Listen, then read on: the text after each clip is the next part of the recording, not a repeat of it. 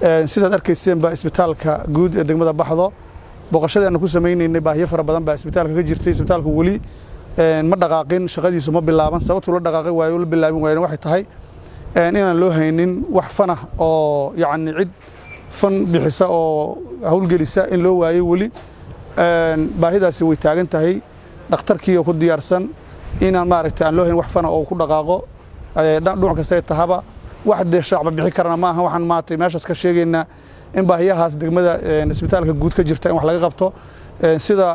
dhismaha oo qabyo badan ka dhex jirto isbitaalka sidoo kale waxaad arkayseen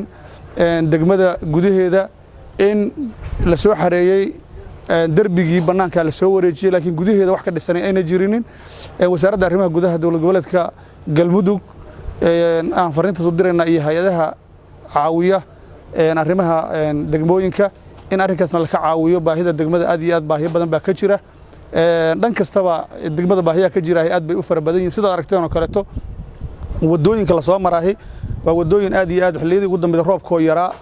bacaad badan baa ka jiray wadada waxaad aragteen cariir badan ka jiro bacaad badan oo ka jiro abaartii iyo dhirtoo yar wasaaradda dhirta iyo daaqa waxaan leenahay inay dhulka dhiraynta ay maaragtay iyaduna naga garab siiso iyo cid kastoo dhirayntaas ka shaqaysa sidoo kale wasaaradda maaliyadda Galmudug waxaan rabaa iyadana inaan sidoo kale uga diro fariin meeshaan dhulkii oo rafaadsan in maaragtay wadadii tacbaan tahay wasaaradda kaliya maanta way ka shaqaysana waa wasaaradda maaliyadda oo meel dakhli ka soo gala kastankii canshuuruhu ku yaalo gaadiidka lagu canshuurayay waxaan leenahay si gooniya iyaguna arrimahaas isha uga fiirsheen